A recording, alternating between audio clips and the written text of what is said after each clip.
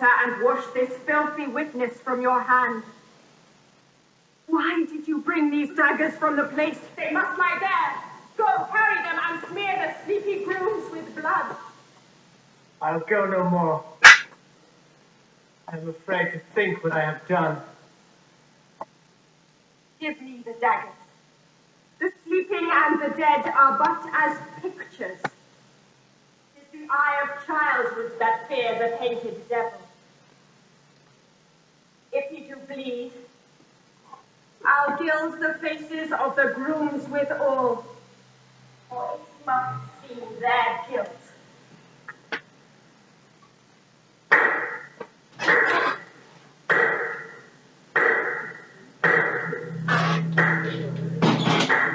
Father.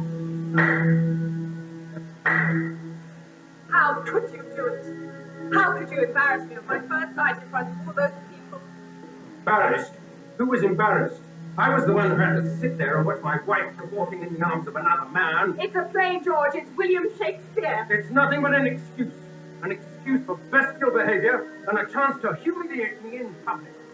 And with a man like Fry and Mark. It's obvious you're having an affair. Don't you were acting. God, fool I was. I should never have married. So you admit it was a mistake. I agree. So why don't we end this misery now? Please, George, I want a divorce. Why not? And George, I'll live some bits of marsh or burn anywhere. That's why not. You are my wife. That is how you will remain.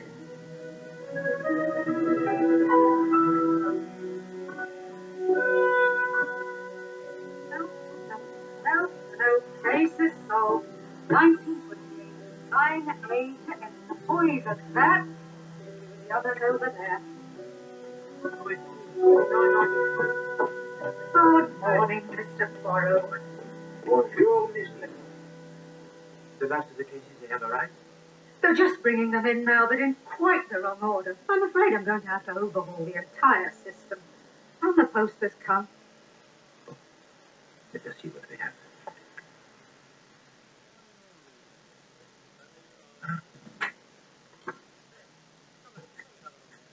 What have we here?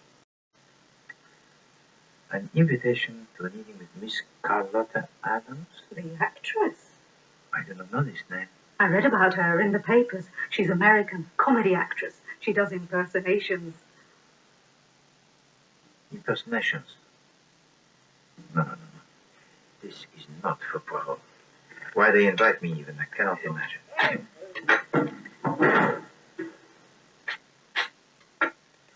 You have a telegram? Oh, it is from the good Captain Hastings. All the way from Argentina? No, Miss Lemon. This is sent from Paris. He writes that he is in transit from Buenos Aires to London, and the aeroplane, it arrives in just 1 hour from now. Well, of course you will be with him. Come, Miss Lemon. Speak, the aeroplane. It must already be here. Don't worry, Mr. Poirot. It won't stop. Yes. Flight from Paris, sir. It landed about 20 minutes ago. If you please, can you tell me if there was a passenger by the name of Captain Arthur Hastings? 1 moment, sir. Oh, there he is now.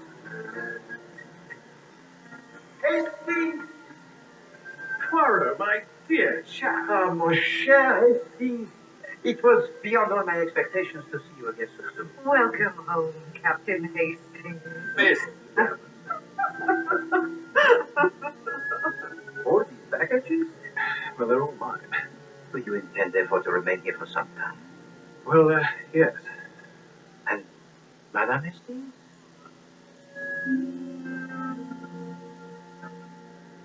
Well, everything was going fine until I made a foolish mistake. I invested in the Pampas to Fernandez Consolidated Railway. Well, they weren't consolidated. They didn't have a railway. And there's a huge mountain range between the two places. I lost just about everything. Poor Bella stayed behind to sell the ranch. I've come over here to find somewhere for us to live. Not that she said a word against such a wonderful person. We're still as much in love as the day we met. When, if I remember correctly, you thought her to be guilty of murder, Miss, but... Yes, well, since then, I think I've learned what makes women tick. Ah, yes. The ticking of the women. It's always been a mystery to Poirot. Where will you stay while you're in London, Captain Hastings? Well, I'm booked into the Palace. Oh, the Piccadilly Palace Hotel. I'll start looking for a flat as soon as possible, if I can afford London prices. Poor Captain Hastings. You need taking out of yourself. I know. Why don't you take him to that show? Show? Carlotta Adams. It's on tonight, and everyone says she's most amusing. I'm sure you'll both enjoy it. Miss Neville, I'm sure it would be of no interest at all. But actually, it might be just what the doctor ordered. I haven't any other plans.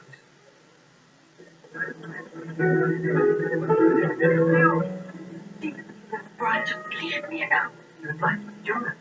I thought we could still be friends. Your husband's right, you know. You are completely heartless. Jen, if we are going to be seen together in public, you may as well at least put on an act.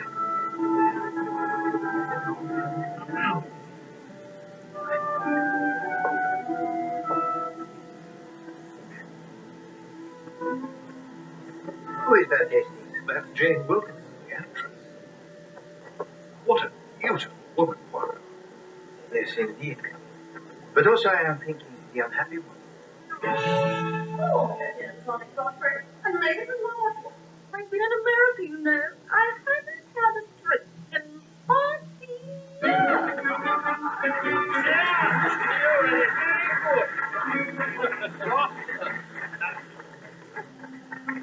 President Roosevelt is ending prohibition. I don't believe it. What's the man doing? He must be drunk.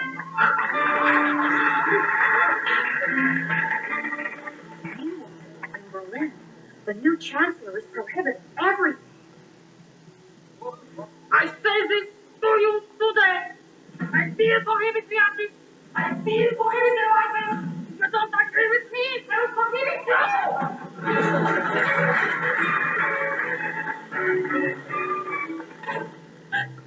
Good grief! Storm shot Herr Hitler. So, who do we call in?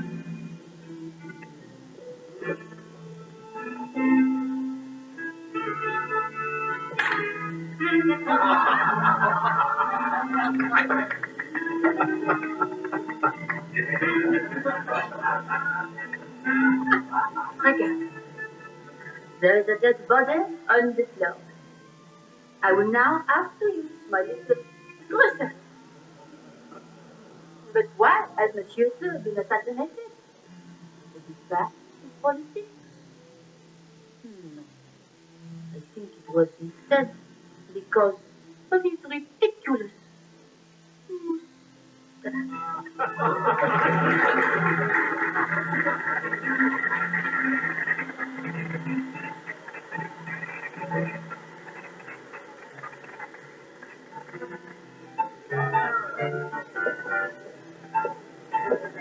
Well, thank you.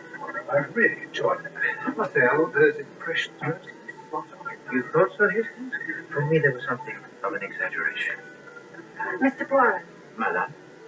my name is Jane Wilkinson.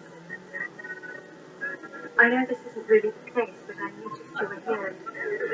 I wonder... I very much need your help. Jane! Hey, and the real Hercule Poirot.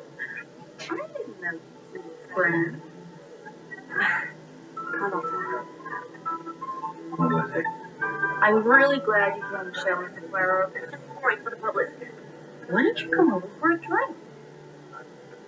Where is it? I would be content to join you, mademoiselle. Great! Look who I just found. Mr. Poirot, this is my very best friend in London, Penny Driver, who makes the most wonderful hats. How do you do, Mr. Poirot? Mademoiselle. You must know Brian Martin. Monsieur Martin. And this is Ronald Marsh. I'm a theatrical producer, Mr. Poirot. Monsieur Martin. Trying to sign on Carlotta. How did you enjoy the show? Well, it was mostly educational. I thought it was splendid.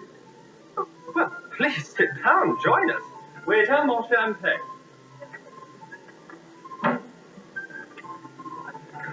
So, what were you doing speaking of Mr. Poirot, Jen? No, don't tell him. You were hiring him to help you bump up that ghastly husband of yours. Don't be absurd, Carlos. Why not? Mr. Poirot sold lots of friends. You really want to be a sister? The bumping up of husbands is not one of my specialities, mademoiselle. No, she's got a point in it. Get rid of Lord Edgware and you'd be doing us all a favour. Why does he have to be so horrible and unreasonable? I almost think I could commit sometimes. But you shouldn't talk like that, Carlos. You're embarrassing Mr. Poirot. Well, you know, as Americans, we speak as we think. Hair seeing Carlos Vidal. As deadly accurate as always. The deadly Carlotta Adams. Carlos. We didn't get much entertainment in Argentina. Horse shows and cattle shows, but no actual shows, if you know what I mean. Mr. Poirot? Madame? I'm sorry. I couldn't talk to you back there, but I really do need your help. It is a matter that concerns your husband, madame? Well, he's not really my husband anymore. We live quite separate lives, but... Well, you see, he refuses to give me a divorce. It is perhaps because he still has the feelings for you, madame. Oh, no, I don't think so. I don't think George has feelings for anyone. He's a queer man. His first wife ran away from him, you know. She died in complete poverty. And now, he enjoys tormenting me, Mr. Poirot. What is it that you wish me to do, madame? Could you talk to him for me? I know it sounds strange, but there really is no one else I can turn to. If you could just tell him that you've met me and let him know what he's doing to me, maybe coming from you, it might do him something. Your husband, Lord Edgware. He has a house at Regent Gate. He travels a lot, but he's in England at the moment. And I really have to go back. Will you do it for me, Mr. Poirot? It's killing me, this whole business. I don't know how much more I can bear. I will visit your husband, madame, and see what I can do. Thank you. Thank you. I was so glad when I saw you here tonight.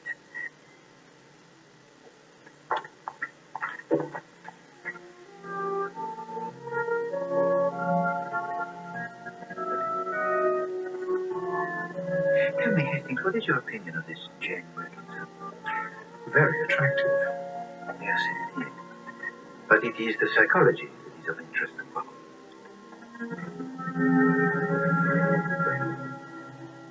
Monsieur Poirot and Captain Hastings, my lord. I can't give you a lot of time, Mr. Poirot. I'm leaving for Paris tomorrow morning. There's a painting I wish to acquire. Has the bank sent round those francs yet, Alton? I don't believe so, my lord.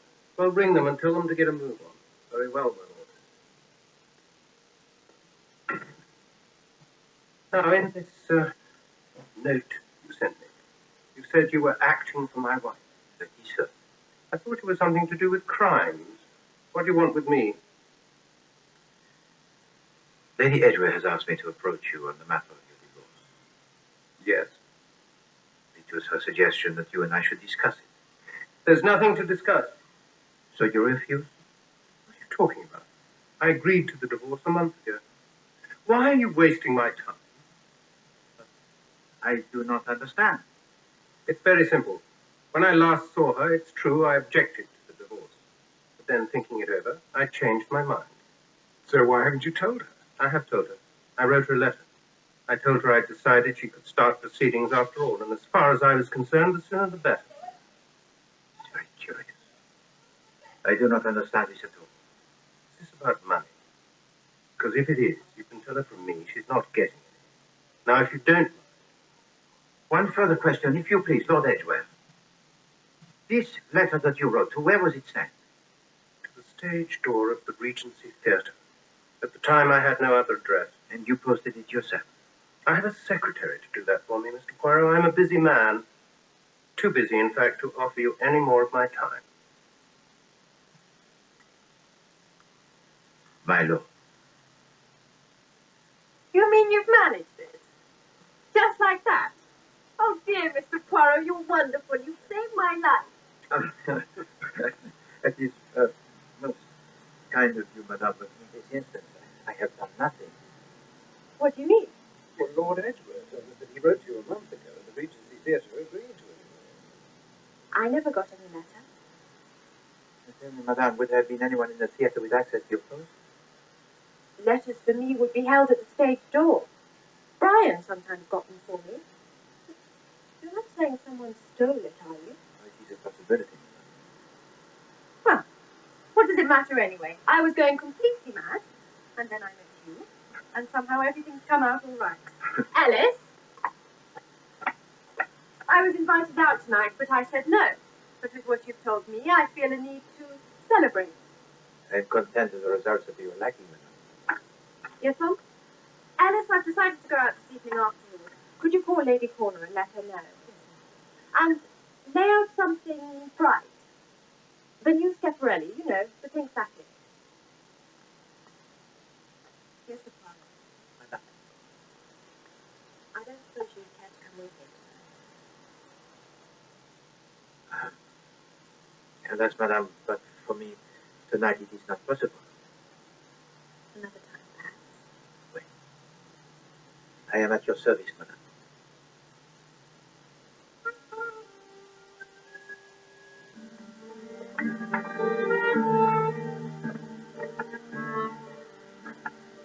I say, you were going it a bit up there, weren't you?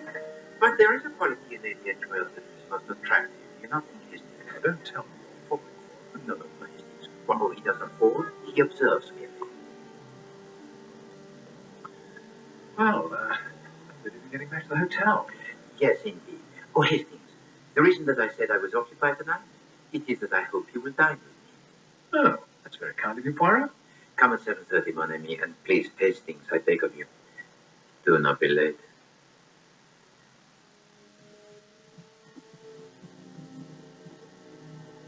Where are you going? Dressed up like a dog's dinner. Going to the opera. Don Giovanni with the Dauphiness. Ah, ghastly little Norwegian. You could choose your friends with a little discretion. Miss Carroll?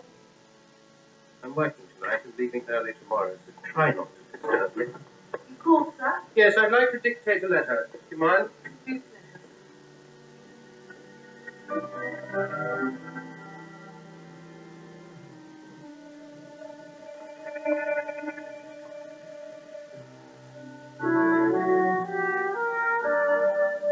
So, how do I know? Lovely, Martha.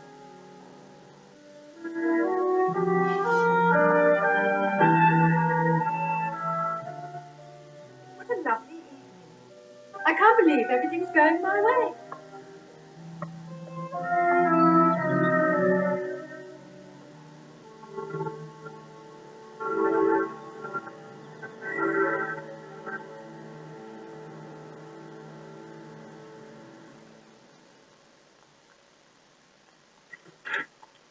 That smells good, Mr. Poirot. What is it? Une sorte de filet de bœuf à Yorgonion. Is that another recipe from your aunt in Belgium?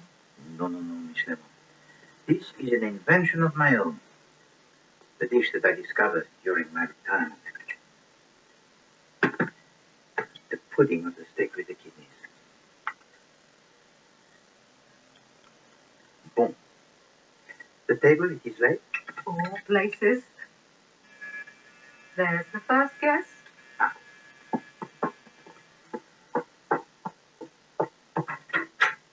Chief Inspector. Very nice to see you again, Miss Lemon. Tonic smells good. Poirot, maybe? Steak and kidney pudding. Ah. And this is just what you'll need.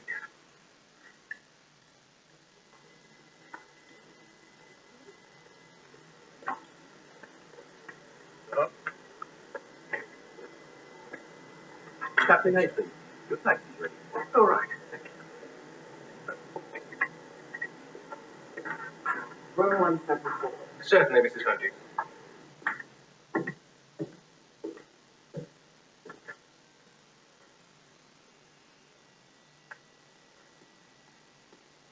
Thank you, Dawson. That is excellent. Monty, My dear, the table. It's set for 13.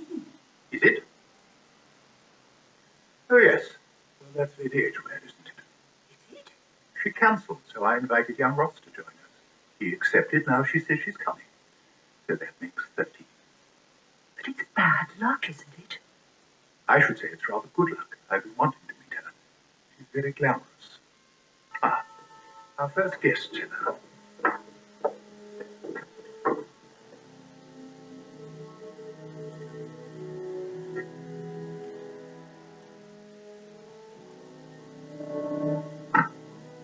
Thank you, Miss Carroll. Can I get you anything, sir? What? Well, I was going to have a drink, and I was wondering... What are you talking about, woman? You're suggesting I'd want to have a drink with you. Sir, You're getting airs above your station, Miss Carroll. Maybe you should start looking for another job. Now get out.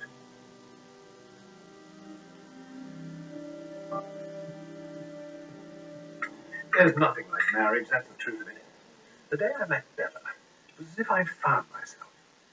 Ever since, I've been a completely different man. Different man, yes. Could say the same about me, I suppose. But you're happily married, Chief Inspector. I don't know about that, Miss Lemon.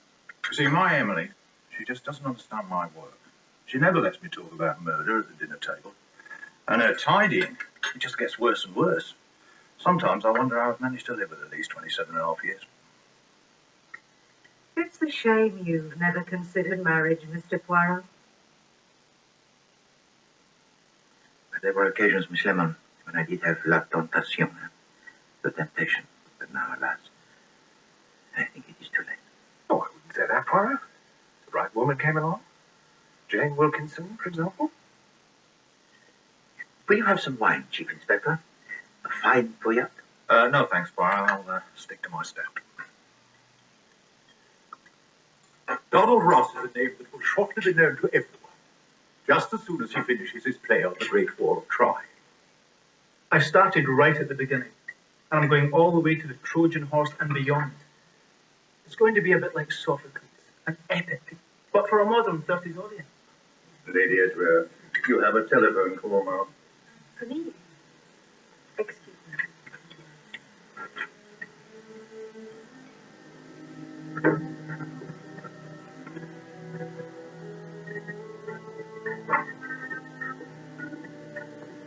Hello?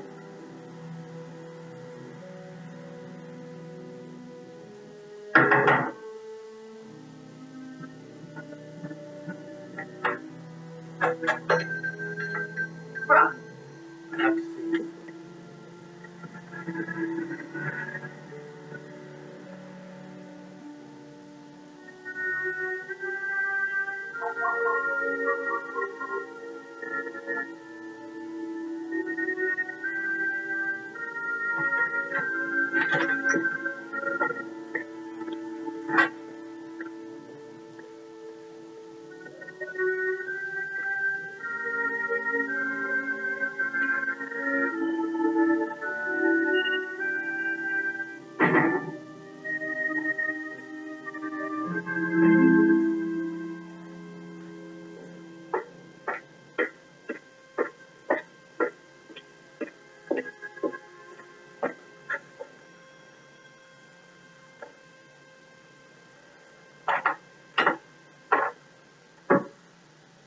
you're Alton, aren't you? Is my husband here?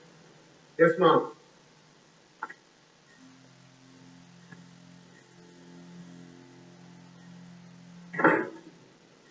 It's all right, Alton, I know the way.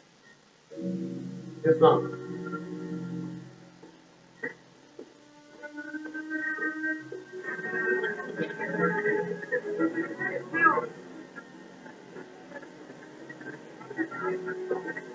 Your timers?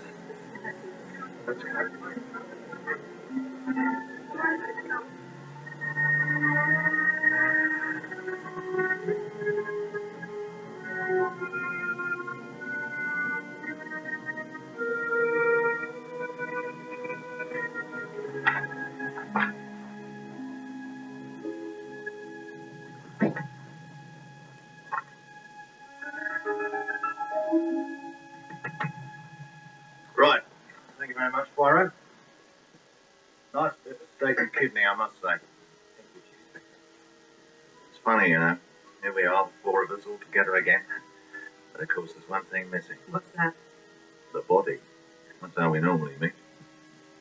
But it's true. Oh, well, never mind, Poirot. As soon as word gets round your back, I'm sure one will turn up.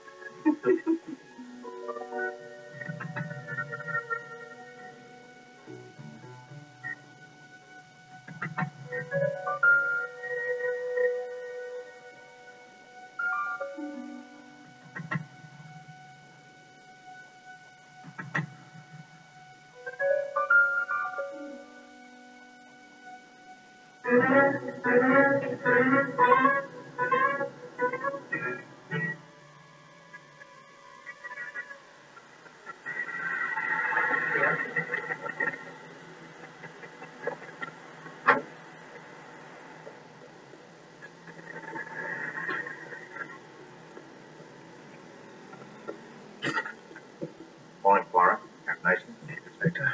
You got my message then? Yes, Chief Inspector. We came immediately. Looks like we spoke too soon last night. Stabbed in the neck around about 10 o'clock. Have you discovered any money, Chief Inspector? Money? Well, when we were last here, Lord Edgware had commanded from his bank a sum of money in francs. That's right. He was just about to go to Paris. Well, we haven't found any money. But I'd be interested to know what the two of you were doing here.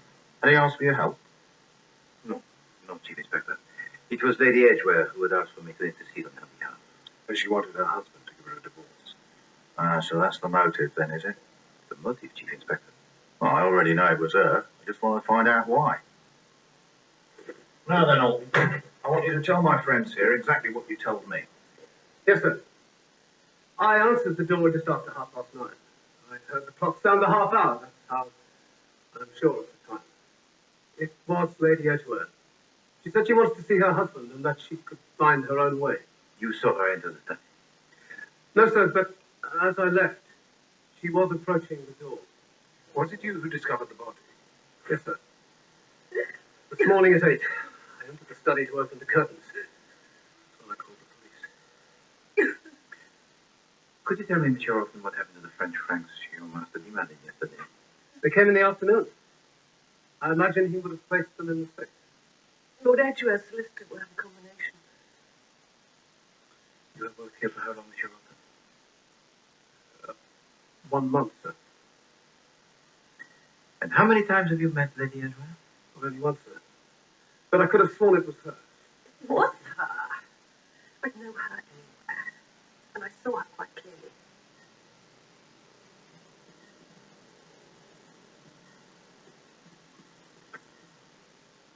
I had her speaking with Alton, and then she crossed the hall and went into there.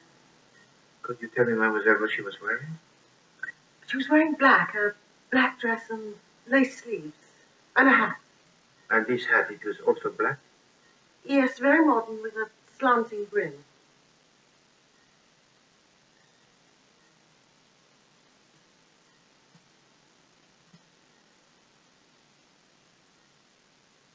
And after she went into the study?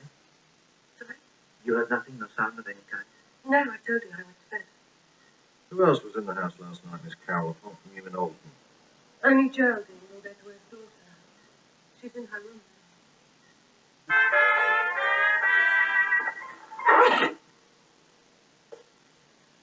I didn't love my father. I suppose I could lie to you, but why should I? I hated him. If someone's gone and killed him, I'm glad. There you are. I wonder if you could tell us your movements last night, Miss Marsh. If you insist. I went to the opera. Don Giovanni at Covent Garden. I left at around 7 and I wasn't back until well after midnight. When I got home, I went straight to bed. Satisfied. Did you enter the study of your father? No. There was a light on under the door, but I didn't want to see him. I never wanted to see him. I don't suppose there's anyone who can corroborate your story, is there? You could talk to my cousin if you like. Ronald Marsh. He was at the opera. In fact, we had a drink together in the end. Why are you wasting your time interrogating me? Why aren't you talking to Jane? Lady Edgware. Well, she was here, wasn't she? Miss Carroll saw her and Alton. Seems to me you've got an open and shut case.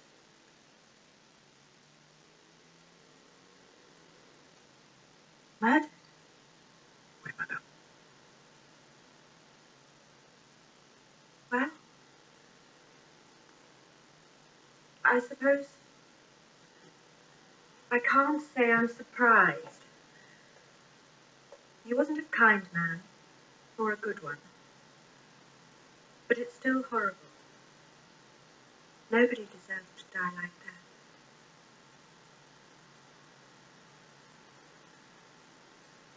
But why are you here?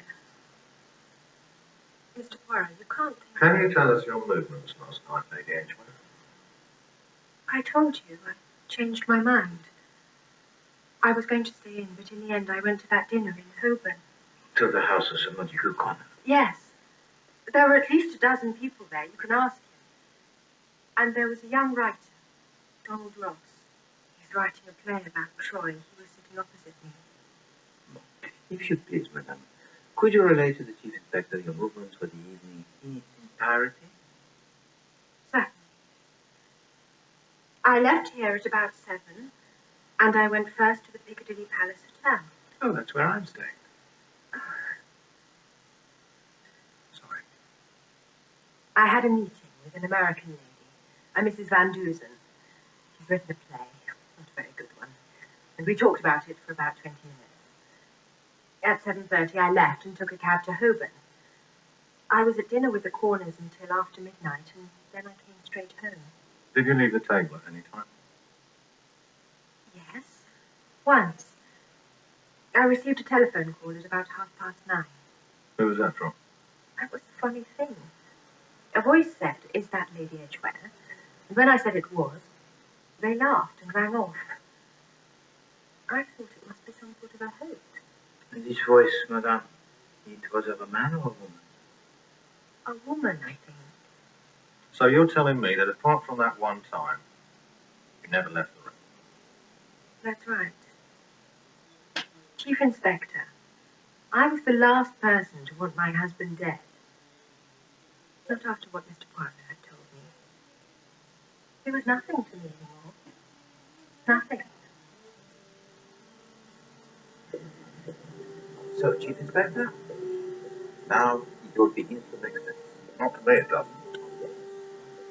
Yesterday evening, Lady Edgware had intended to remain on her own in her apartment. She had already announced that she would not be attending the dinner at all. So, in other words, everyone knew she had no own. Oui, c'est ça. But it was only at the last minute that she changed her mind. And so disrupted the plans of the troops.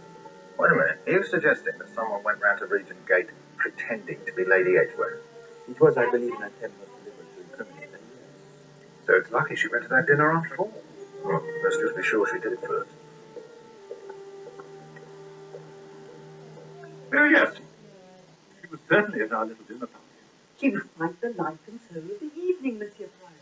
She had some good news. Something to do with her divorce. I think it was the fact that her husband had agreed to one. And you were present also, Monsieur. Yes, I was sitting opposite her. Did she talk much about herself, Mr. Ross? Well, to be honest, I was the one who did most of the talking. Yes, but she was very cheerful. And with good reason. With the divorce agreed, I imagine she was looking forward to stepping out with...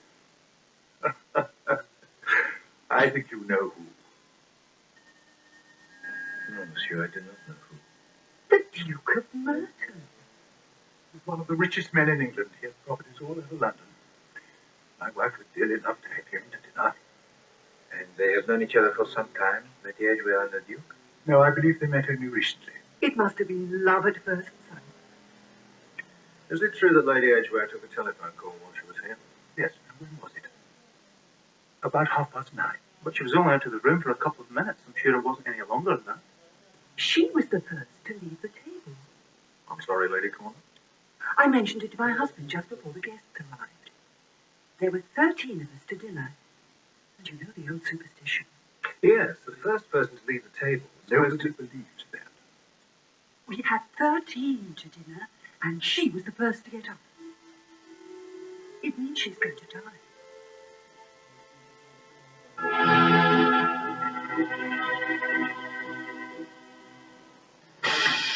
Detective Murdoch. A man has been murdered. An unsolvable crime. Not necessarily.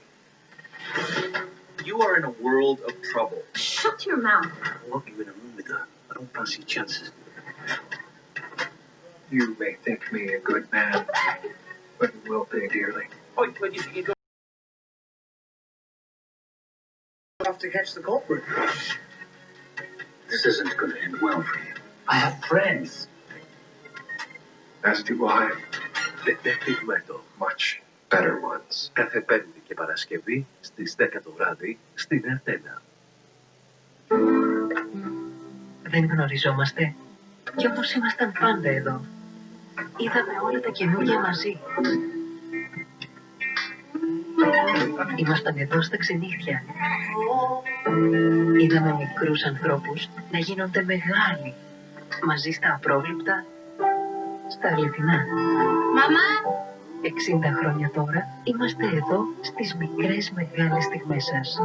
Σας ευχαριστούμε και ανταποδίδουμε με πράξεις. 60 χρόνια PNG. Πέρασες τις πανελλαδικές και το χαμόγελό σου είναι η ελπίδα μας. Με το πρόγραμμα Καλή Αρχή της Αμυρίδης Σαββίδης ΑΕ, 30 αριστούχοι πρωτοετής εξοπλίζουν το νέο του σπίτι δωρεάν και επιπλέον 10 αριστούχοι κερδίζουν υποτροφία 3.000 ευρώ ο καθένας. Μάθε πώς στο mourice.gr. Ευχαριστούμε που μας κάνετε κομμάτι της ζωής σας και ανταποδίδουμε με καινοτόμα προϊόντα. Τώρα με προσφορές έως 1 συν 1 δώρο. 60 χρόνια PNG. Κάθε Τετάρτη, Πέμπτη και Παρασκευή, 1/4 μετά τα μεσάνυχτα, The Handmaid's Tale. Ιδιοκτήτες ανθρώπων, γυναίκες, μηχανές αναπαραγωγής και μια απάνθρωπη ελίτ που εξουσιάζει τα πάντα. Μια καθηλωτική σειρά βασισμένη στο μόνιμο βιβλίο της Margaret Atwood. Η ιστορία της θεραπευτικής, The Handmaid's Tale, σε πρώτη τηλεοπτική μετάδοση. Κάθε Τετάρτη, Πέμπτη και Παρασκευή, 1/4 μετά τα μεσάνυχτα, στην Αρτένα.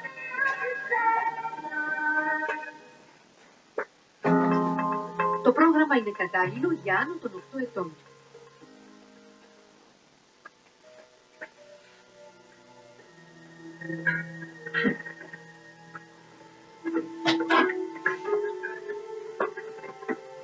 I've got the money.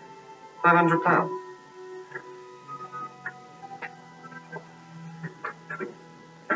Well, it's all here waiting for you. If you don't believe me, you only have to come round.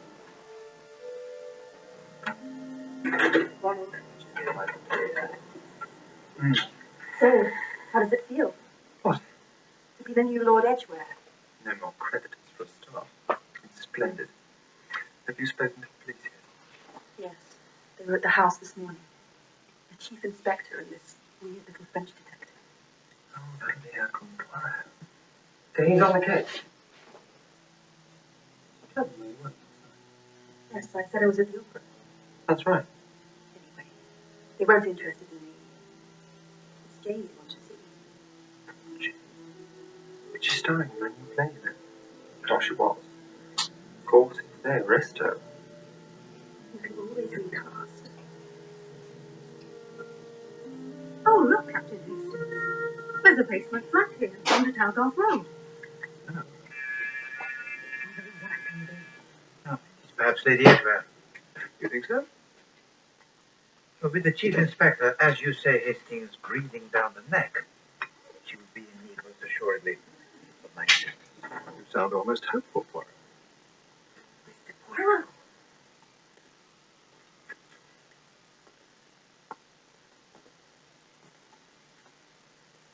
Monsieur Martin. I hope you don't mind my coming to see you, Mr. Poirot, but I was wondering, there's something I was hoping you'd take on for me. Would you please to sit, monsieur?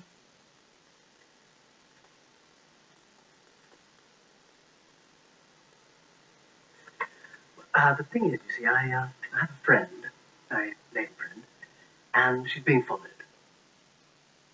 And this lady friend of yours, she calls herself... Oh, well, I can't tell you her name, not yet. But I was with her the other day, and I actually saw the chap. He's, a ugly looking fella. He's clean shaven, glasses. Oh, and he has a gold tooth. You spoke to this man? Oh, no, he was there 1 minute and gone the next. and I wish I could tell you more. But if the lady were to agree, do you think you could possibly look into it? Oui, bien sûr. I find the whole story most interesting. That is a relief.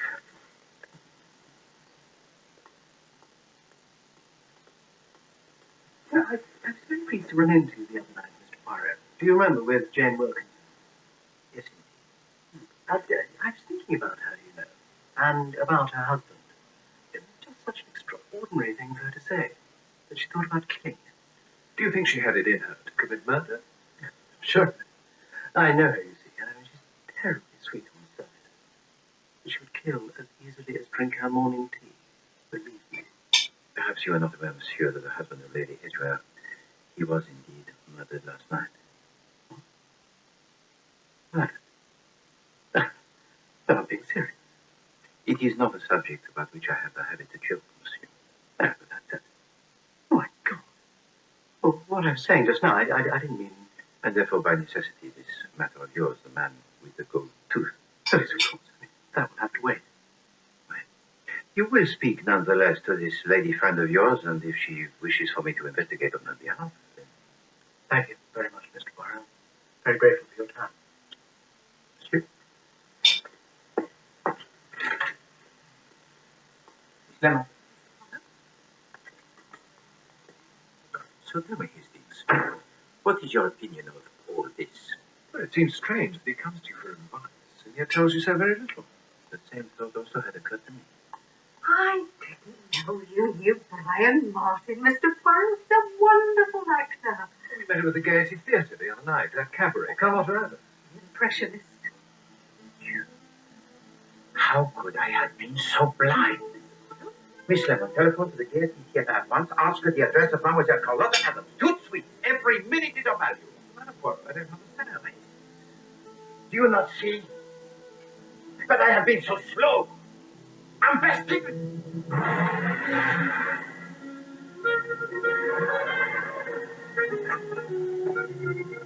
How much time have I got? Time. Speak on it.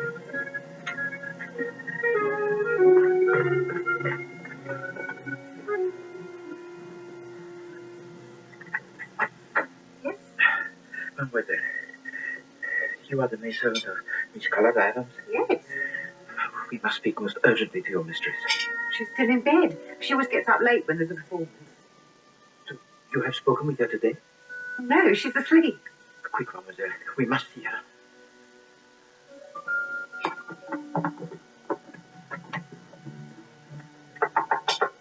Miss Adams! Miss Adams!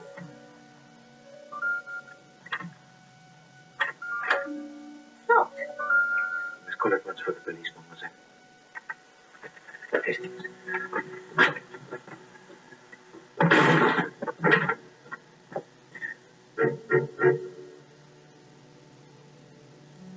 Mademoiselle.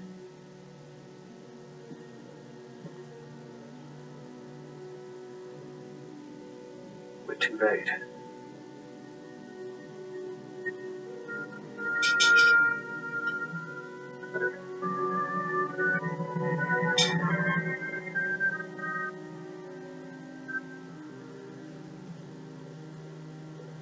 Sounds like an overdose to me, Poirot.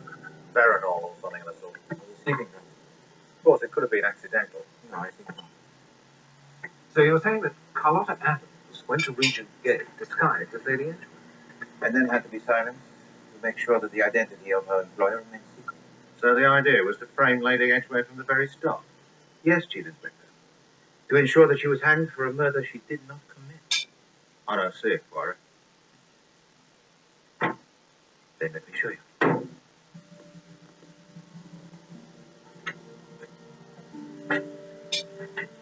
Oui, Chief Inspector. It's the same color, the same style. Lady Edgware. Yes. Now, Chief Inspector. Excuse me.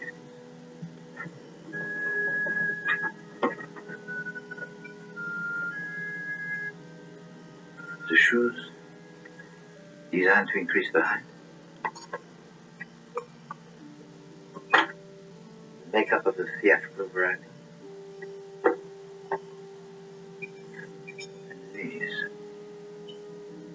last name. With the lenses, very strong. But these were not part of the disguise. Yes, if there was a disguise. She was a performer, Poirot. All this could be part of her act.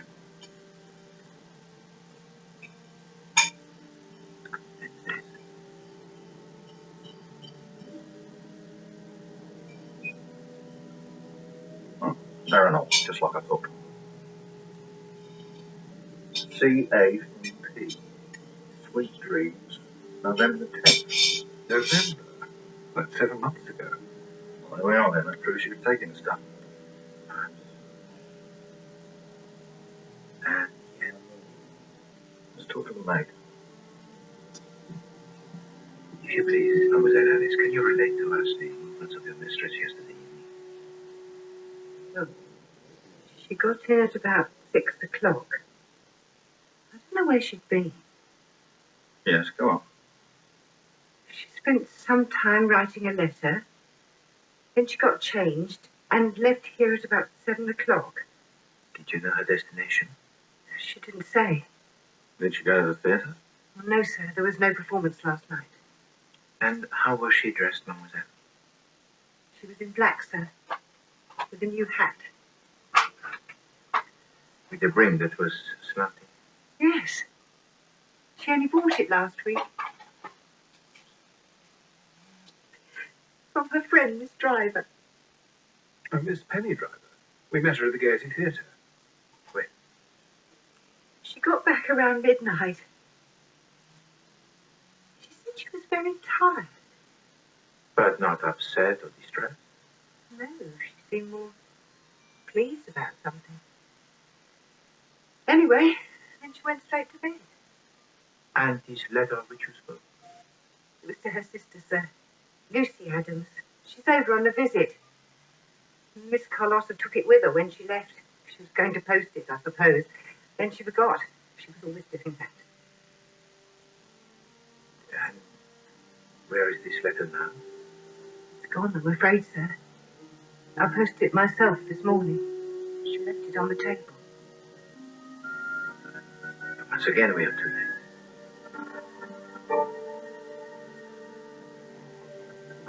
Do you really think that somebody paid Carlotta to imitate me? To go to the house dressed like me? That is how it would appear, Madame. But she didn't kill my husband. No. It was not that she was seen there. No, somebody believed that you had the motive to be rid of Lord Edgware. They believed also that you would be at home on your own. No, I'm fine. They wanted to see me home. Madame, Which is why I must ask you. who is it you think who would wish you in? You're asking who would want to see me dead. It's horrible to think there could be anyone. Do I really have to name names, Mr. Poirot? If I am to protect you. Well, I suppose Geraldine never liked me. After all, her father left her mother to marry me, and you know her mother later died. It hasn't been easy for her. Tell me, what of Monsieur Brian Martin? Why do you mention him? We were lovers, Mr. Poirot, for a short while after I knew my marriage had fallen apart. I was so unhappy and I turned to him. And then you met someone else? That's always been my trouble. I fall in love too easily. First George, that was a horrible mistake. Then Brian, and now Percy. The Duke of London? But this time I know I've got it right. He really is so sweet and kind, and he needs someone to look after him.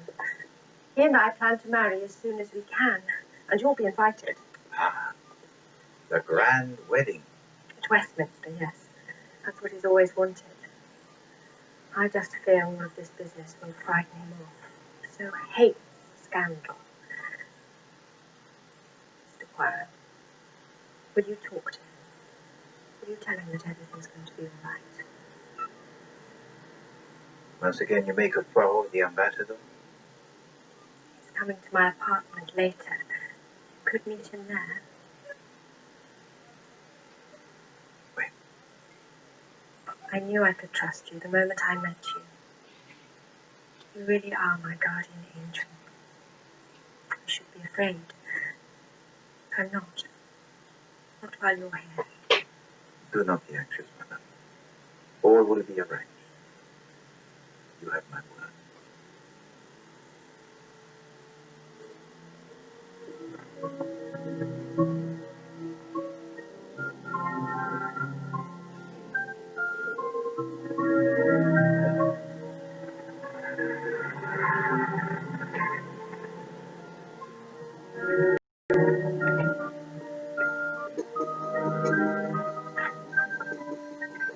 These are some of our latest models, just in Paris. Oh, lovely. Dorothy, show Mrs. Lester the Rose Descartes model. Excuse me.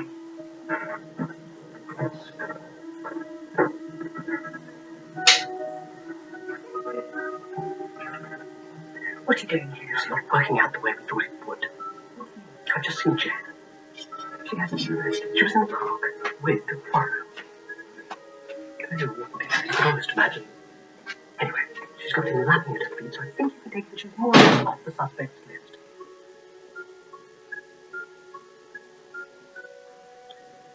The right man. 30 days. She's going to get what she deserves, and she's not going to hurt us again.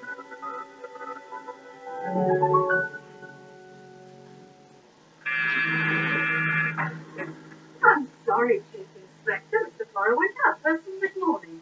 Don't tell me it's this being it's one about Lady Edgware. Somebody deliberately set out to frame up her husband's murder. Well, it is still a possibility.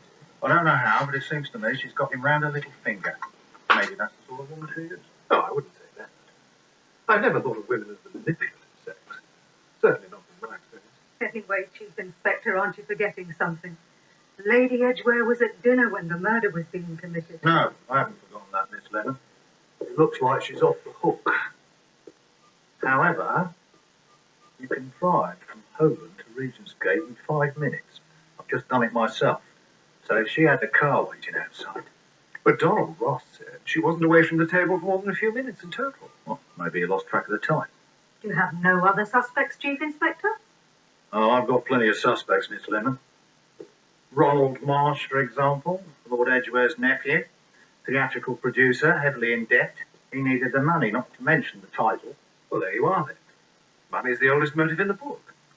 And there's Geraldine Marsh, the daughter, whose mother died after Lord Edgware abandoned her. She told us to our face how much she disliked her father. So it could have been either of them. Yes. But who was the real target? That's what beats me. Lord Edgware or Lady Edgware?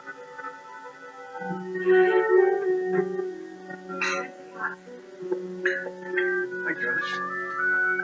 They're going. Mr. Poirot, it's a pleasure to meet you. Monsieur le Duc. Jane has spoken a lot about you. Would you like a drink, darling? Tea or coffee? No, I can't stay long. This business, the death of Lord Edgware, really is the most terrible thing. But Jane should be involved. You know, I'm relying on you. We're both relying on you to sort it out. And if there's anything I can do to help. You could perhaps tell to me how it was that the two of you met? It was at the theatre. Macbeth. A wonderful performance. Quite wonderful. Lord Edgware was there that night. And I saw how he behaved. He was a brutal man. Despicable. I can't help but think that he deserved what he got. Although that's a terrible thing to say. I won't lie to you, Mr. Poirot. I'm glad of the way things worked out. And as soon as there's been a decent interval, Jane and I plan to get married. If she'll have me. Of course I will. I wish you both much happiness. I hope we'll see you at the cathedral, Mr. Poirot. I know how you've taken Jane's side, and I want you to know how much I appreciate it. Monsieur.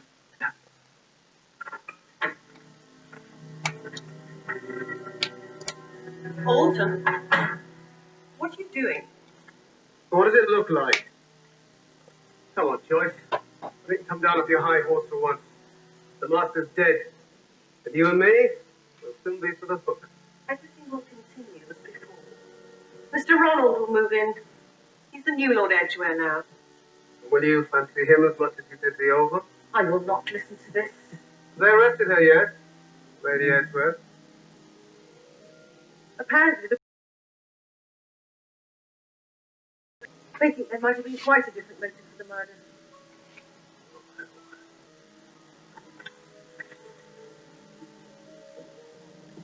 Walton? Walton?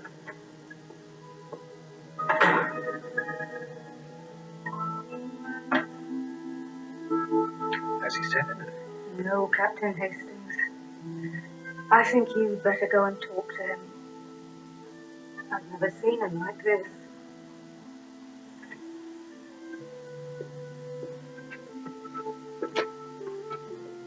Poirot.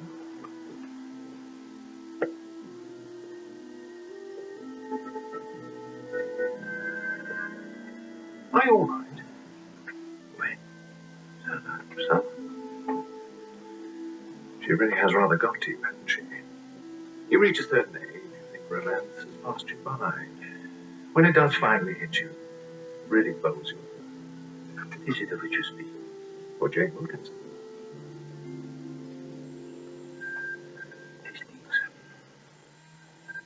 I think of the murder of Lord Edgware and the questions to which there remain no answers. I think of the letter written by Carlotta Adams to her sister and the pince nez that were discovered in her handbag, but absolutely not do I think of Jane Wilkinson. Very well, if you say so. Mr. Poirot! That was Chief Inspector Japp. There's been a development. Mr. Trapshaw, the solicitor, unlocked it this morning. No one else had the combination. I felt I should call you straight away. And the French francs, they are nowhere to be found. How many francs are we talking about, Miss Carroll? Well, a considerable amount. Lord Edgware was about to leave for Paris. He told the butler Alton to call the bank. Where is all? That's why I called you, Chief Inspector. He seemed very agitated yesterday when I told him that you hadn't yet made an arrest. And this morning he's failed to appear for work. I've been to his room and it's empty. He's gone.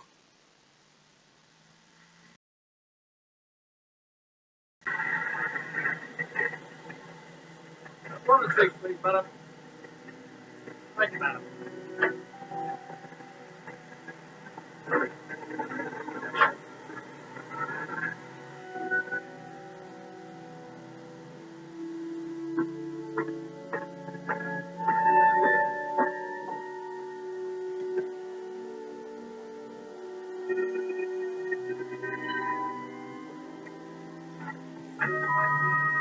Yes, I'm here to see Carlotta.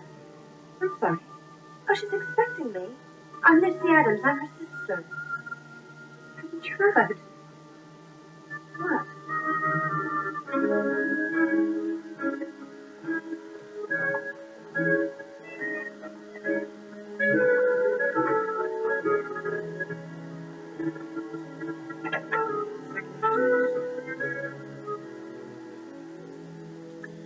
Mademoiselle Driver. I didn't know if I should call you Mr. Poirot, but Lucy insisted when she heard you were on the case. And where is she now, mademoiselle? Upstairs. She had a terrible shock. Well, perhaps she came to you because you were a friend of her sister. Yes. Carlotta was one of my first customers. She bought all her hats here. But I understand that you sold to her a hat with a brim that is slanting, or similar to this one. Yes, she bought one very like it last week. Mademoiselle, did you ever make to her a present? A little box for the sleeping draught. I'm sorry. You will see. C.A. from P. Sweet Dreams, November the 10th. The C.A. is Carlotta. We wondered if the P might be Penny. Well, it's not. I've never seen that before. Merci. There is only one other question I wish to ask you, mademoiselle. How well acquainted are you with Jane Wilkinson? Jane, why do you want to know about her? There was a man I was very close to, and she took him away from me. And when she finished with him, she threw him over. There's nothing good I can say about Jane Wilkinson. But I thought it was Lucy Adams you'd come to see. And if you don't mind, she's waiting upstairs. It couldn't have been an overdose. Carlotta never took drugs. She hated them. Mademoiselle, can you explain to me the reason for your visit to him? I came to see Carlotta. She invited me.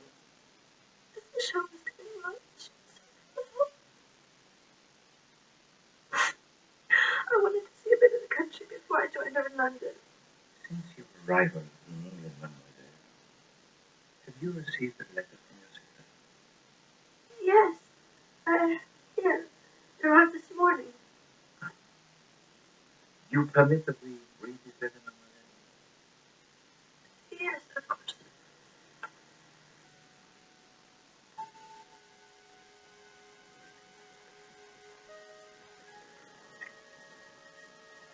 Dear little sister, I'm sorry this is so scrappy, but things have been rather busy.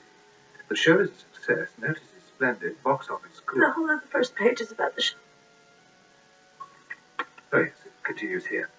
I met Ronald Marsh the other night. He's a theatre producer, and he tried to persuade me to come in on one of his new shows. I don't know, though. He drinks quite heavily and has no money of his own, although it turns out he's the nephew of Lord Edgware, who sounds no beauty, I can tell you. Anyway, Ronald loved my review, and he asked me if I'd be interested in earning some money for a practical joke that would prove just how good I was. I laughed and said, how much?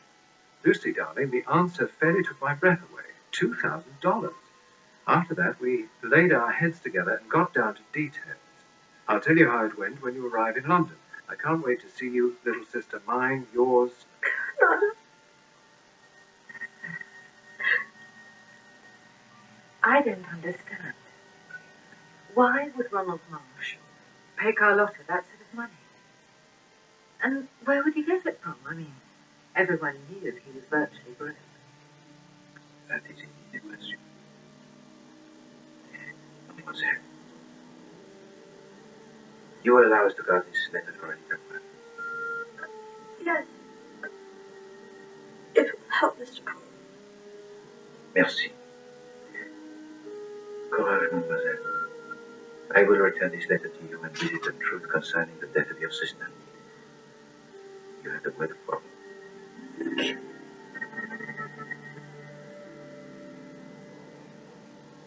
Well, this is it, Poirot. The proof of the pudding. It was Ronald Marsh all the time. You no longer suspect Alton the butler? No. He's obviously up to no good, but he's no killer. No, it's all here. Ronald Marsh hired Carlotta Adams to go to Regent Gate disguised as Lady Edgware. Later on, he killed Lord Edgware, making us think that she'd done it. And then, of course, Carlotta had to die to stop her talking. Yeah, but of course, at the time of the first murder, Monsieur Ronald Marsh was at the opera. According to Geraldine Marsh, yes. But there's something you don't know, Poirot. I was thinking about Ronald Marsh's so-called alibi, and then I had an idea. I congratulate you, Chief. Thank you. It occurred to me that Regent Gate is less than a mile away from Covent Garden. You get my drift? You mean he could have left it at interval? Yes, and be back in time for the next act. Ah, yes. Now that, I believe, is the same technique that you used to demonstrate the possible guilt of Jane Wilkinson. That's right. I've been talking to quite a few of the taxi drivers in this area, and this time I came up trumps.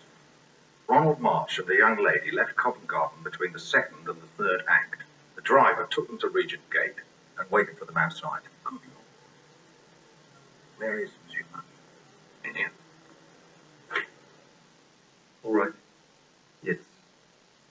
I did go to the house during the interval. Talked to Geraldine. And she was in the cab with you? Yes. But she had nothing to do with it either. Why did you return to the house? I needed money. I met Geraldine at the opera. Bless her, she agreed to help. She offered you financial assistance. She had some pearls. She said I could pawn. It would keep me afloat for a few more weeks. And you went over to get them in the middle of the opera? Needs must, Chief Inspector. It was urgent. She had a key, let herself in. I waited outside. I don't suppose you saw anything while you were waiting outside? No.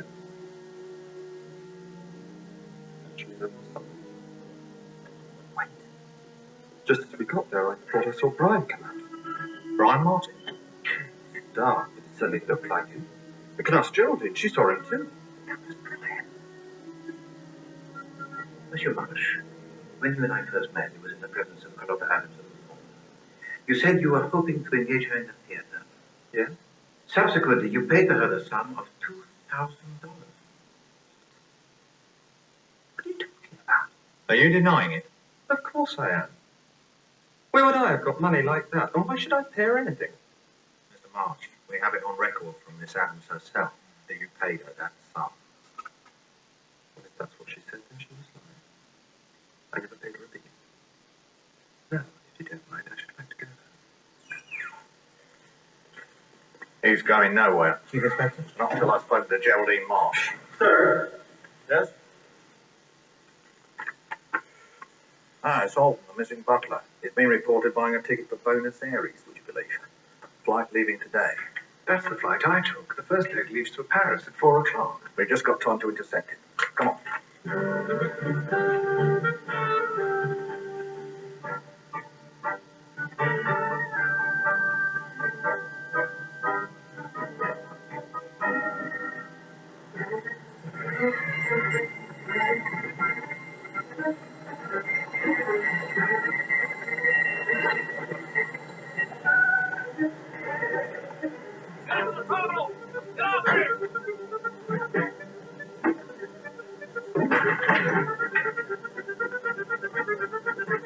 There he is. Stay where you are, Alton. Wait here.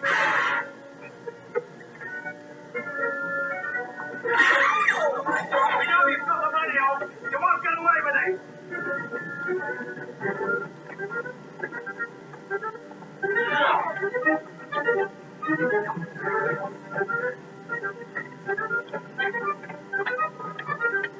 Come on, this way. Give yourself up, Alton. You don't stand a chance.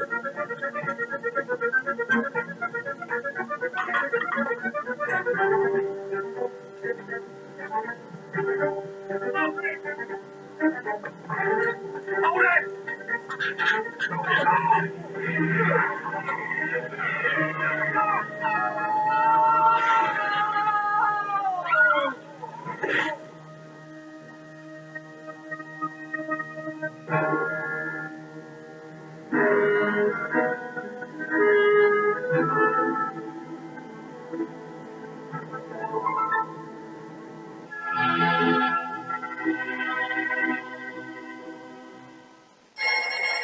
Για την ώρα Ελλάδος, καλέστε τώρα 14 8 14.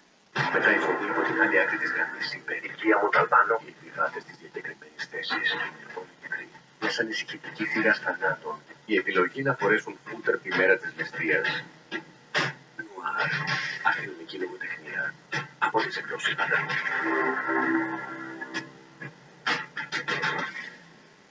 Έτοιμοι και 5, 10, 15, 20.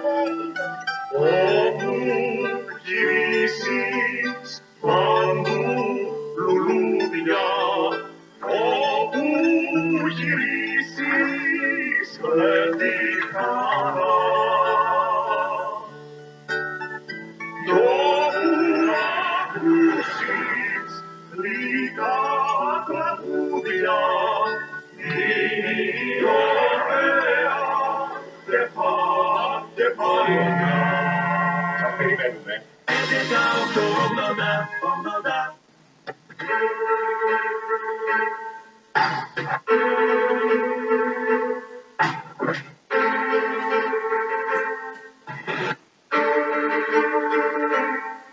Η τελική των Ευρωπαϊκών Ποδοσφαιρικών Διοργανώσεων Champions League και Europa League ελεύθερα μόνο στην ΕΡΤ1. Η δράση αρχίζει την Παρασκευή 21 Αυγούστου στις 10 το βράδυ με το τελικό του Europa League σε απευθείας μετάδοση από την Κολονία. Την Κυριακή 23 Αυγούστου στις 10 το βράδυ η σεζόν κορυφώνεται με το τελικό του Champions League της σπουδαιότερης διασυλλογικής διοργάνωσης από το στάδιο Νταλούς της Λισαβόνας. Η τελική του Champions League και του Europa League ελεύθερα μόνο από την ΕΡΤ1. Αύγουστος, μήνας ποδοσφαίρου, φυσικά στην ΕΡΤ.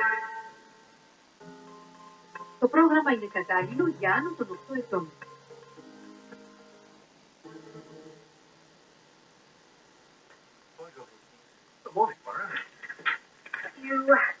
telephone call earlier from Ronald Marsh, Mr. Poirot. He rang to invite you today to what he called a celebratory lunch. Jack must have released him already. Wait. Mademoiselle Joradine must have corroborated his story. Perhaps Alton did kill Lord Edward after all. No, Hastings, I think not. Then who did? 5 questions, Hastings. That is all. 5. The answers to which will reveal to me the truth. 5 questions, Mr. Poirot. Far away. We know that Lord Edward changed his mind on the subject of divorce and that he wrote a letter to his wife to acquaint her of that fact. Well, he sent it to the theatre. And it was indeed posted by Miss Carroll. But why was it that this letter was never received by Lady Edgeworth? To whose interest was it that this letter should not have arrived? What's the second question? The telephone call that Lady Edgware received at the dinner at Hogan. Monsieur Remoid was to make sure she was indeed there. Who has made this telephone call and why? I can't help you there. What's the third question, Mr. Poirot? The third question, Miss Lemon, concerns the pince-nez that were discovered in the handbag of Carlotta Adams. Now, neither she nor Lady Edgware wore spectacles such as these. What is their purpose? And to whom do they belong? That's a good question. Next we come to the letter written by Carlotta Adams to her sister. In it she states quite clearly that it was Ronald Marsh who paid her $2,000. But Monsieur Marsh, he denies this. And it is true that he had in his possession not such an amount. So why are you saying Carlotta was lying? No, but it is perhaps that she concealed the true identity of her employer. What's the fifth question, Mr. Poirot? Who is P? You remember the box given to Carlotta? To see A from P. Wait. Who was it that gave her this box? This I would like to know most dearly. What was the first question again, Poirot? Actually, I may be able to help you, Mr. Poirot. My file on London jewellers. Specialised piece like that should be easy enough to track down. Then, Miss Lemon, this I entrust to you. Merci. So you go to this lunch then, Poirot? Ronald Marsh? No, I have work to do here in my apartment. No, you must be my eyes and my nose. Ears. Wait, to see and observe in my place. Right. You can count on me.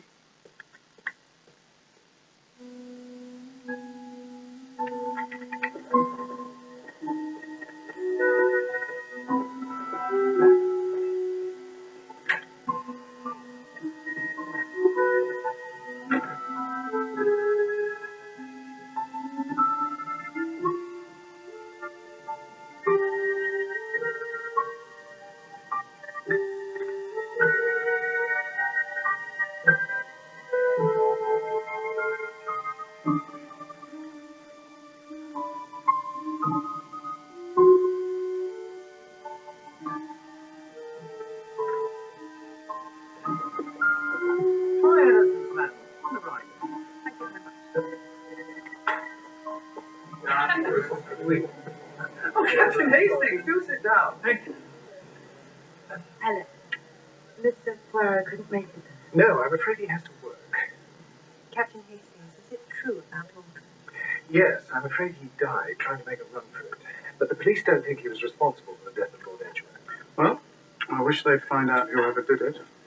This whole thing is driving us mad. It's suffocating us. Don't worry. Don't give up. I know. Well, that's right. You know, he's never failed yet. I don't suppose you remember me, Captain Hastings. I'm Donald Ross. We met at Sir Montague's. Yes, of course, you're a writer. A great writer. I've just finished reading his first play, The Trojan Wars. It's going to be a smash. We're all here to celebrate freedom and independence. I suppose the toast ought to be to whoever did kill him. He or she did us all a great favour. No. Oh, come on, Jane. Can't say you weren't pleased to see him go. No. But Any one of us sitting at this table could have killed him. But I won't drink to that. I simply won't.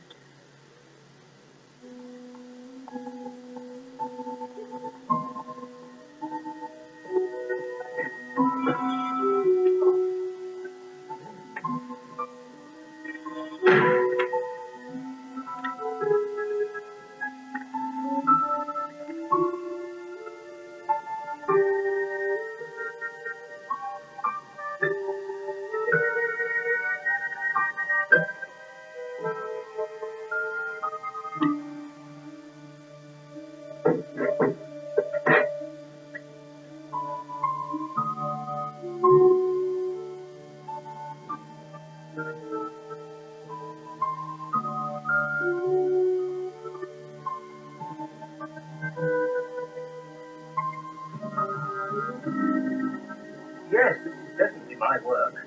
I recognise the inscription. It was commissioned only a few weeks ago. Only a few weeks ago. But it's meant to be a souvenir of something that happened in November. That's 7 months. Yes, I wondered about that too. Can you tell me who ordered it? Yes, it was a lady. Give me a moment. Here. Mrs. Van Dusen. Van Dusen? Yes, elderly lady, if I remember rightly. Dressed in black. Fur cape. Grey hair, I think. Oh, yes. And she was wearing pince nez. Don't get me wrong. I enjoy private life as much as anyone. But no coward is simply a passing fashion. Light-hearted and instantly forgettable. So where do your passions lie, Mr. Ross? Well, at the moment I have to say I am fascinated by the judgment of Paris. But Paris doesn't have any judgment at all when it comes to fashion. These days, one has to look to Milan and New York. I was referring to the judgment of the shepherd boy. He gave the golden apple to Aphrodite, so sparked off the war of Troy. That Why do we have to talk about theatre all of the time? You must be bored with it. No, I could never be bored with it.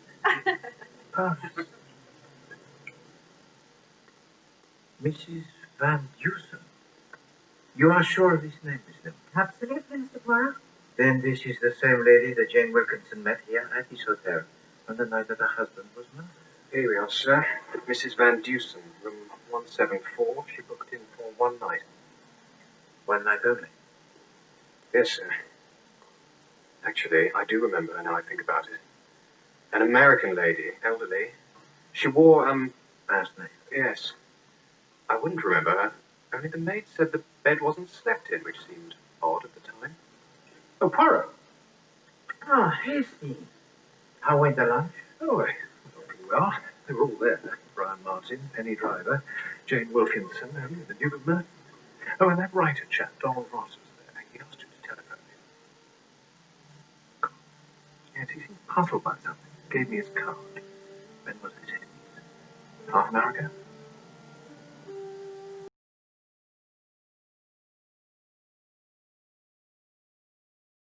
We have a telephone at the desk, Mr. Poirot. Yeah, you should telephone. Of course, sir.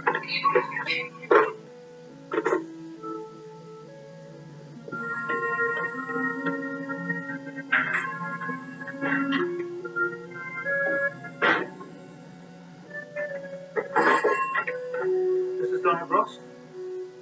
Mr. Poirot, thank you for calling. I don't want to bother you, but there's something to me that seems a bit odd in connection with Lord Edgeware's death. It was Paris that set me off. It suddenly got me thinking. Just a moment.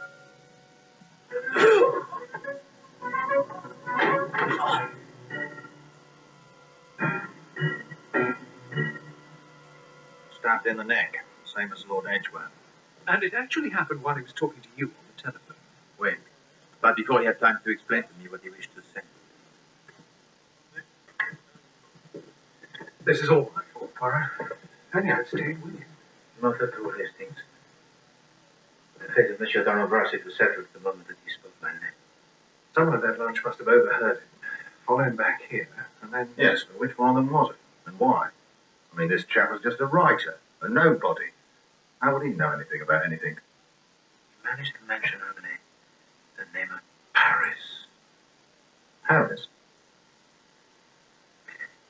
I think it must have triggered a memory which until then had remained. Wasn't Lord Edgware going to Paris? Didn't he say he was going to buy a painting? Tell me, Hastings, at that luncheon, who was the first to leave? Brian Martin and Penny Driver, then Jane Wilkinson and the Duke of Merton. No, wait a minute.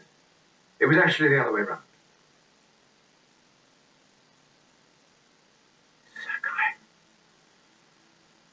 Hastings, I have been so foolish. Yet it is so simple.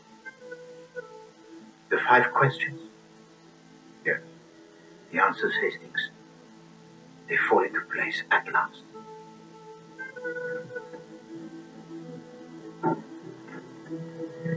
I'm afraid Lady Edgware isn't in, sir. But he thought Lady Edgware had come to see Mademoiselle Alice. It is you. I have here a letter, and it would be of great interest to me to know if you recognize the writing. I'll just need to fetch my glasses. You would permit me, Mademoiselle?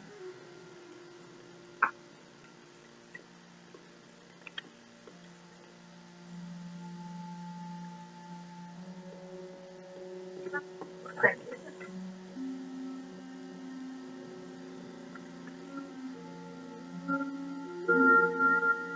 Miss, I don't know this writing. What made you think I would? Mademoiselle, I knew that with certainty you would know.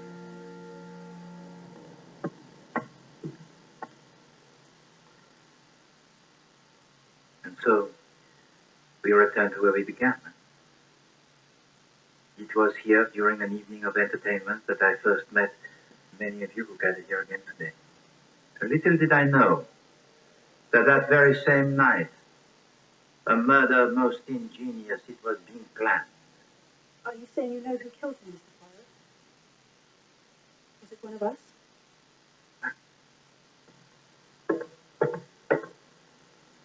Each person here had a reason to wish the death of Lord Edgware. For Monsieur Marsh, it was a question of money.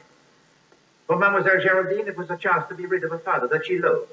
The Duke of Merton also knew that the death of Lord Edgware would allow him to marry the lady that he loved. Well, I had no reason to kill him. Well, Monsieur Martin, it is my belief that you had the greatest reason of all. You were in love with Jane Wilkinson, were you not? I don't really It think wasn't that. love.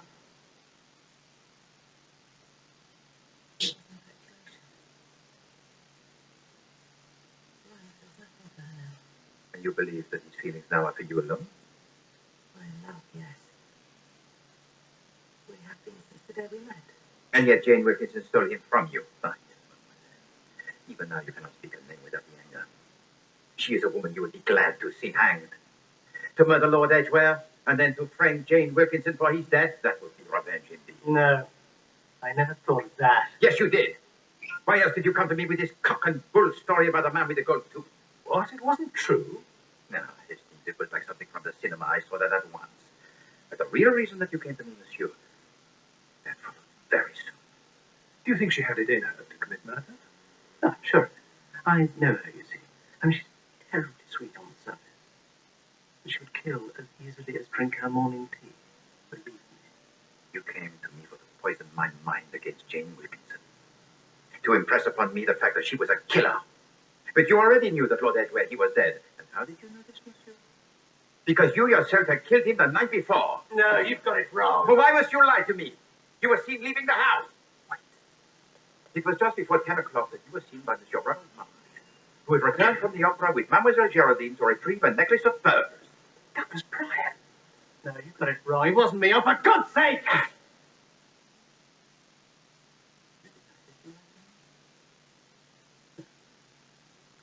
Well, anyway, stuff about the goat tooth. You're right about that. I was trying to incriminate her. What? You're heartless, Jane. She is as cold as ice.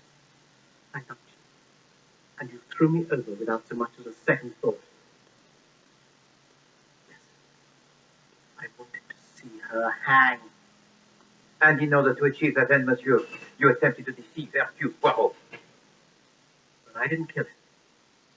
I never went near the house that night. I heard the news the next day. And that's when I had the idea. Yes, indeed. And for the attempt to deceive Hercule Poirot, you have not been punished.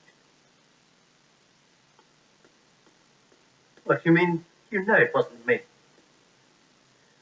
The person seen by Monsieur Ronald Marsh was, I think, the butler Alton, eating with the French francs, and well, there is a resemblance. Well, he was hooking it with the money. Exactly, mon chief inspector. And I also believe that he discovered the body the night before and not the following morning, as he told to us. Well, he took the opportunity to steal the money and was leaving the house in order to place it somewhere safe. He thought Lady Edgware would be arrested for the murder. Precisement, Hastings. And it was only when it was discovered that Lady Edgware, she had the alibi. Parfait. That's it. You mean he realized we'd be looking for another motive? Oui. The theft of the money. So you knew all along that it wasn't Brian? Oui, mademoiselle. But Monsieur Martin was not alone in his dislike for Lady Edgware.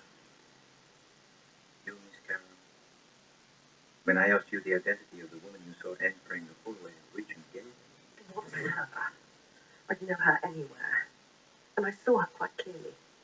But you were standing high up on the landing, mademoiselle. It's all right, Alton, I know where. The person who entered the house that night was wearing a hat with a brim that was slanted. From where you were standing, it would have been impossible to see the face. I saw her. No, mademoiselle. You saw, I think, what you wished to see. The woman who had wronged the man you had well served. She never deserved him. And it would have been impossible for Jane Wilkinson to have committed the murder. Because, as we now know, Jane Wilkinson changed her mind and attended the dinner with Colburn. But from the beginning, I have been perplexed by 5 questions. 1. What happened to the letter written by Lord Edgware informing his wife that he had agreed to the divorce? 2. Who is this letter P on the little girl medicine? Kristy. 3. Who made a telephone call to Jane Wilkinson at the dinner with Holborn? 4. How did a pair of pince-nez come to be discovered in the handbag of Carlotta Adams? And 5. Why did the letter of Carlotta Adams state quite clearly that it was Ronald Marsh who paid her the sum of $2,000, when it was impossible he could have afforded that sum? Do you have the answer? Of course, Mr. Poirot has the answers. That's why you're here. Merci beaucoup, monsieur. So let us begin with the little gold medicine. From the start, I felt that there was something strange. Because the inscription inside referred to a date 7 months before.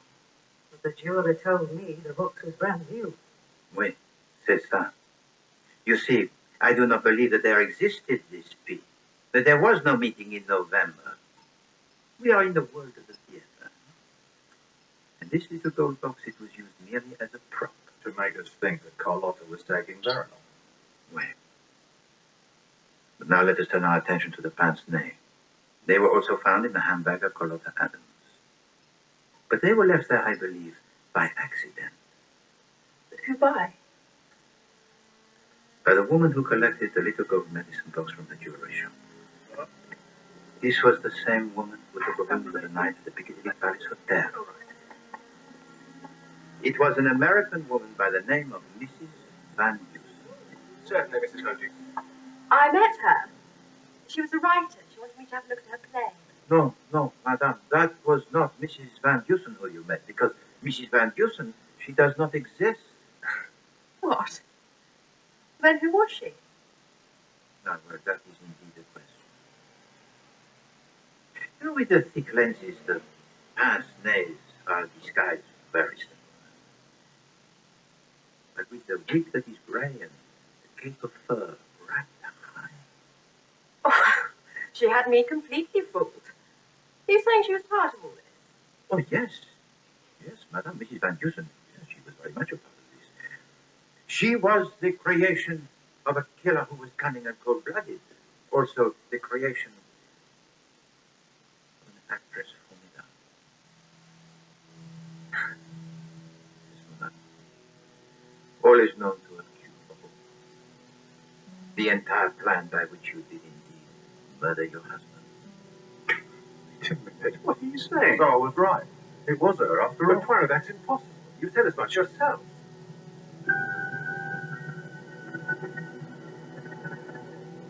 Not impossible, mon ami.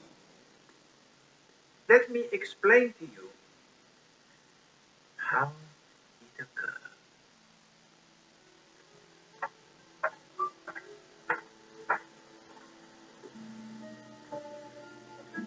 Thanks, sir. 7 o'clock in the evening, Jane Wilkinson leaves her apartment for the Piccadilly Palace Hotel. On the way there, she makes a stop. For when she arrives, her appearance has changed. Now there is the grey wig, the pince nez. Room 171. She takes her room using the identity of an elderly American woman. But the moment she is inside this room, she removes her disguise. And awaits the arrival of the person she has arranged to meet there that very same night.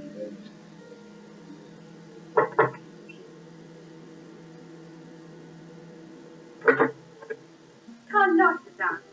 Wonderful. So, are you sure about all this? Are you really game? You bet I am. Tonight, I'm going to prove to you just how good I really am. And now the moment for the second disguise has arrived. As arranged previously, the two women exchange their clothes. It's amazing. You're me. For tonight, Carlotta Adams is about to play the great practical joke. This evening, she will become Lady Edgware. Could I have a taxi? Lady Edgware. In all the time it is so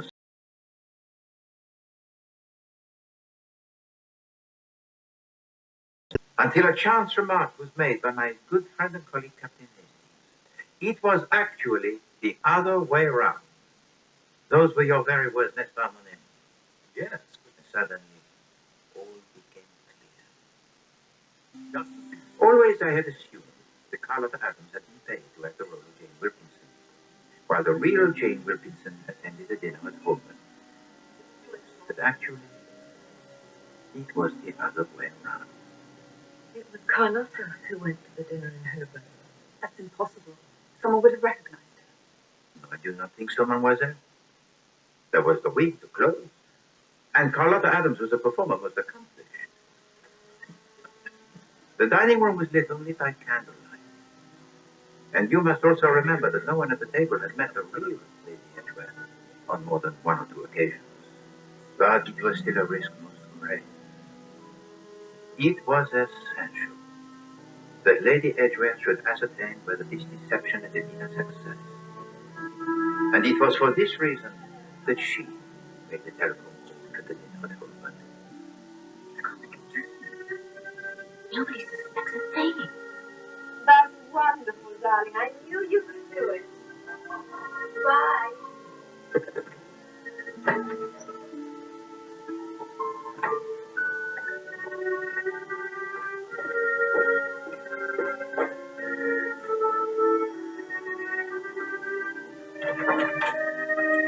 You're Alton, aren't you? Is my husband in? Yes, Mom. The butler Alton had only been employed there for 1 month, so he hardly knew her. And if he did express his doubts, it would only be his word against hers.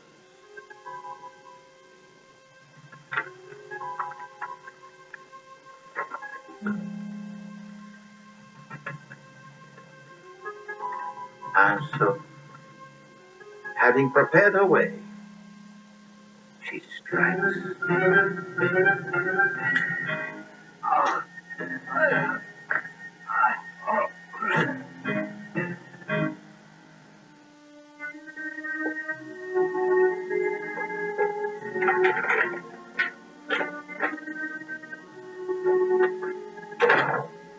But Carlotta Adams must not be allowed to relate her tale. So Lady Edgware arranged to meet her again in the room of the hotel. Perhaps they would have some wine to celebrate the success of this great practical joke. And their little gold medicine box, which was placed into her handbag and later found by us, will make us believe that Carlotta Adams was a woman always in the habit of using this drug. Lady Edwell learns all the details she must know. If she is to pretend that she didn't need a candle dinner with Fulton. I was sitting opposite this young playwright. Scottish. His name was Donald Ross. Carlotta Adams went to see someone. On. 1 hour later, when she has returned home, the Baronet would have taken his effect. It was all about the war at Troy. You made 2 mistakes, madame. The pince-nez that you used for the disguise of Mrs. Van Dusen, you took from your maid servant Alice. In all of the exchanges of costume, madame, you left the pince-nez in the handbag of Carlotta Adams instead of your own. Did I? Yes, you did. But more serious was your encounter with the young writer, Monsieur Donald Ross. I'm fascinated by the judgment of Paris. But Paris doesn't have any judgment at all when it comes to fashion. It was indeed a social gaffe to show such ignorance on the judgment of Paris. But only a few days earlier, he had explained to you his play, The War of Troy. It was inconceivable that a woman who had known then of which he spoke could be so ignorant now. So he saw through it. Malheureusement, Monsieur Donald Ross expressed his suspicions in the presence of Lady Edgware.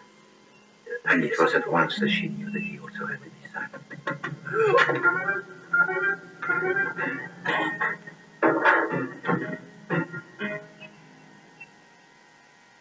So, what's her all along? Wait a minute, Poirot. In that letter that Carlotta Adams wrote, she definitely said she'd been hired by a man. Oh, yes, that was most cunning, that. Carlotta Adams did indeed leave the house with a letter, but she had neglected to post it. And in the exchange of handbags, it was discovered by Lady Edgware, who decided to use it for her own ends. Carlotta Adams wrote first of her meeting with Monsieur Ronald Marsh, and then of the person who gave her the money. But what if there was between these 2 descriptions an entire page that was missing? A page removed by Lady Edgware. A page missing? How do you know that? Because as she was writing on it, there was left an indentation on the 3rd page. Here are some words you could see from the page before. But these very same words, they do not appear on these pages that remain. But the 3rd page begins with "he asked." She was writing about a man. Wait, but you will notice, Hastings, that on the top of this 3rd page, there is a little tear. Now, always I had assumed that this was made by accident, but in fact it was done on purpose. Changed "she" into "he." Wait. It was of Lady Edgware that Carlotta Adams was writing. And from Lady Edgware did she receive the Ah, madame. You are a woman most remarkable. Ah, parbleu! To pull over my eyes the cotton wool. The letter, the disguise. Mais surtout, to send me to your husband, to turn me into a witness that you had no motive for murder. Ma foi! You made of me Hercule Poirot, your cat's paw. But it's true, Mr. Poirot. There was no motive if she was going to get a divorce. The divorce would have been of no use to her, Miss Lemon. Which is why she pretended never to have received a letter from her husband. Monsieur le Duc, you are of the religion Catholic, n'est-ce pas? Yes, I am. How did you know? Jane Wilkinson told me that you intended to get married at Westminster. And naturellement, I assumed that she meant the Abbey. But later, you invited me to the cathedral. Westminster Cathedral. Et voilà. It was then that I knew that you must be Catholic. And he couldn't marry a divorced woman. Well, So that's why Lord Edgware had to die. God, Jane, tell me it isn't true. I'm sorry, Patsy.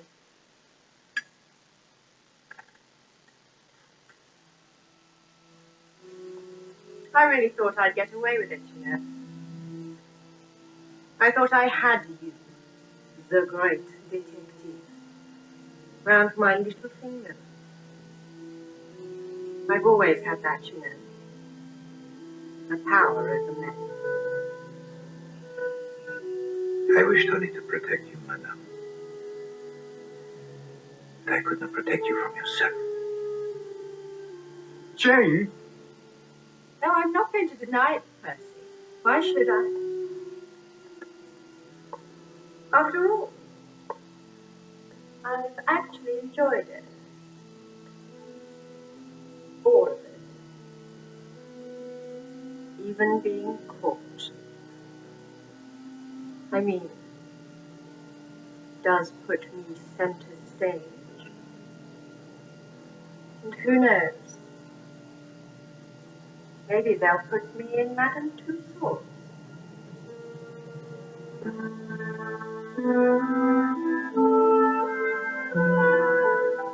Marlon, I came as soon as I got your message. What is it? Is this money arrived for you today? Oh. Oh, it's a cheque made out to me for... Good Lord. From the Duke of Merton, I understand. Well, yes, but... After the arrest of Lady Edgware Hastings, the Duke, he made contact with me. For him, it was a lucky escape, huh? He felt he deserved, as he said, a reward most substantial. But shouldn't this be made out to you, then? Come on, Father Tumanami. It was you who provided the clue that was vital. The other way round. Press Cicamon, Chief Inspector. And therefore it is to you, Hastings, that the reward rightfully belongs. I thought we ought to celebrate. It should be sufficient, mon ami, for you to purchase an apartment in London. Oh, I don't know, Mr. Poirot. I saw an interesting investment opportunity in the financial pages this morning. Oh, yes. The Northern England Railway Corporation. They're building a new line from Liverpool to Carlisle. Oh, yes, I read about that. They say you could double that cheque in a couple of weeks. Do you really think so? Absolutely, mon ami. Of course, they will have to construct a bridge over 6 miles of water. Yes, and then they've got to get across the Cumbrian Mountains. Oh, the Scorful Pike's only 3,000 feet high. You know, I think I'll put this in the... Okay.